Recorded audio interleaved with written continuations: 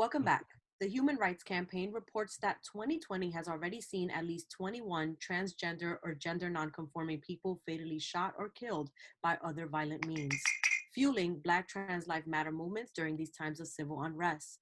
Joining us now to discuss more about this and resources for the trans community here in the Bronx is Asia Lyons, Project Manager at Destination Tomorrow. Asia, thank you so much for joining us today. Thank you. Of course. So for those who are not familiar, can you tell us more about Destination Tomorrow and your mission?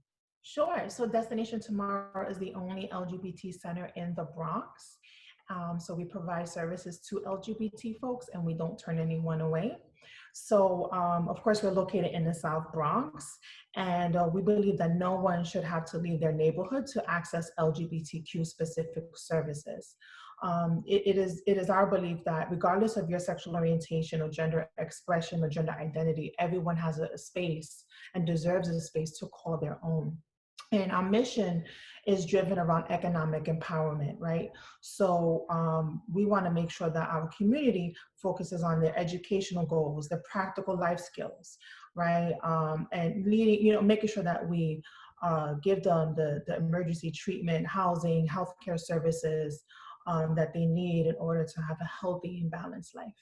Thank you, Asia. And what types of services and support does Destination Tomorrow provide to LGBTQ plus and Black and Brown transgender and nonconforming communities? Also, how has the pandemic changed your operations? Yeah, so we offer GED services. We offer individual counseling, support groups. We also have a transgender impact fund specifically for COVID. So those trans-led organizations that are in need to serve the community all throughout the US that need funding, they can reach out to us and apply for that funding via our website. We also have a Transcend Community Impact Fund, which is an annual type of grant that trans-led organizations can apply for to serve the trans community all throughout the US. And the way that COVID-19 has impacted our organization is that we prioritize, the health of Destination Tomorrow staff and clients. As a result, all our programming is limited by appointments only to reduce the spread of COVID-19. Thank you so much for sharing, Asia. So now, things, of course, are not happening at the office. People have to call in the number if they need services. That's right. Right.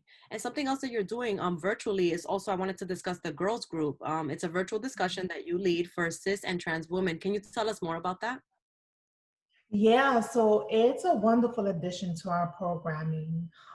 So the girls group is where trans and cis women come together with the intention of creating a sisterhood, right? I think oftentimes people believe that, cis and trans women cannot be in the same place because people believe that we don't have the same issues. Some issues may not be the same, but there are things that really connect us and unite us. And some of the things that we talk about are experiences such as sexism, relationship issues, racism, transphobia, catcalling, right? Domestic violence, and more. And I can't tell you how often women and trans women, when they come together, we talk about the violence that we experience and how shocking it can be that, yeah, we do experience similar forms of violence. Some of us experience it more than others.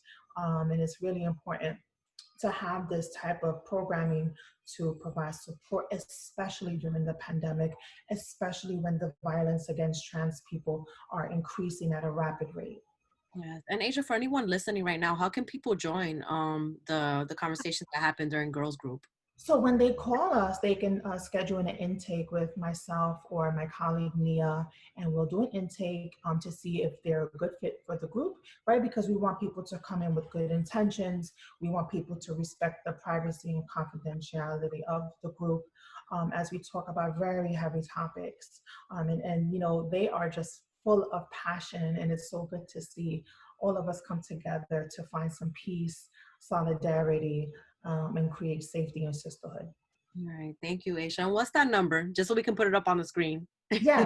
So the number is 646-723-3325.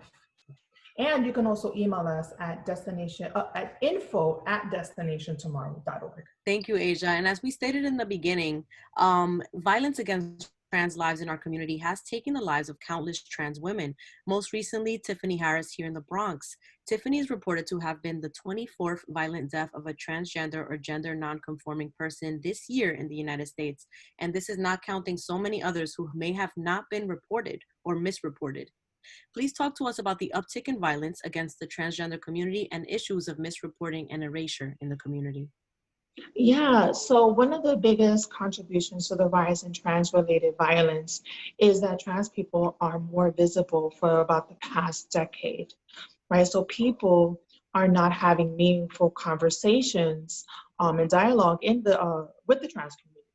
So in fact, many people do not know a trans person, and a lot of folks do not care to know us.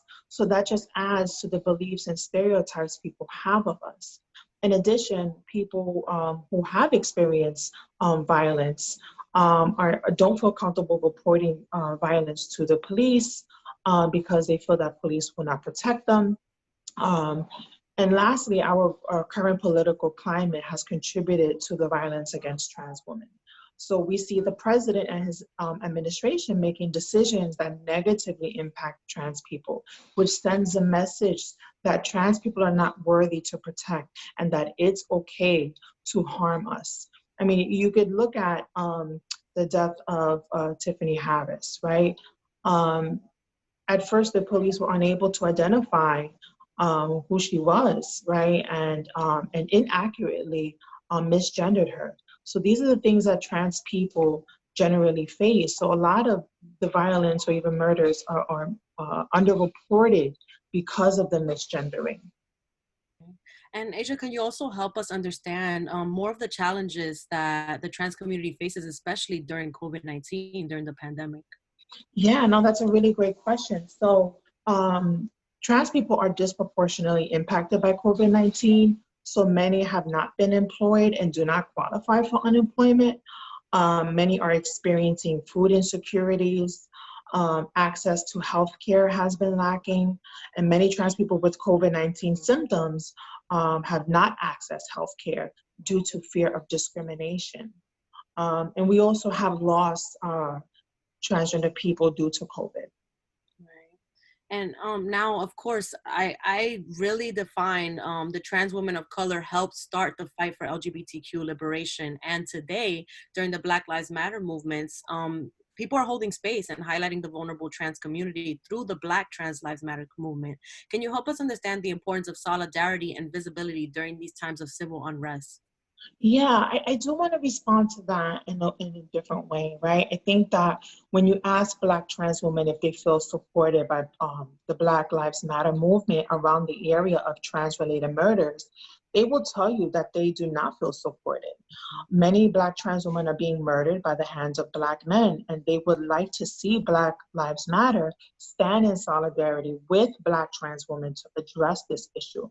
Trans people are fearful of going outside and facing the world due to the risk of violence, right? Many of my Black trans sisters want to go to protests with the Black Lives Matter movement, and they're afraid. They're afraid that they may be attacked.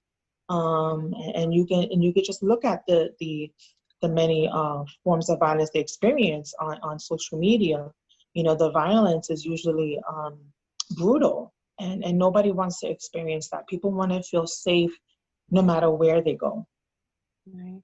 Asia, how can we change this in our communities today? I know that DT provides a lot of resources and information for people who, want to engage and also support trans lives. How can we all make a better place and a better world for the transgender community? Yeah, I think that if you're in a position of leadership, right, or that you want to make a difference in the community, you are about anti-violence across the board, then I would say come join us. Join us in this battle for trans liberation, for trans safety. Because when we address trans-related violence, we address all forms of violence. And I think that You know, our communities deserve it. And one final thing before we go, how can people get in touch with Destination Tomorrow, stay connected online, and support you during these tough times? Yeah, so we are on many social media platforms, including Facebook, Instagram. You can search Destination Tomorrow, and you can find us.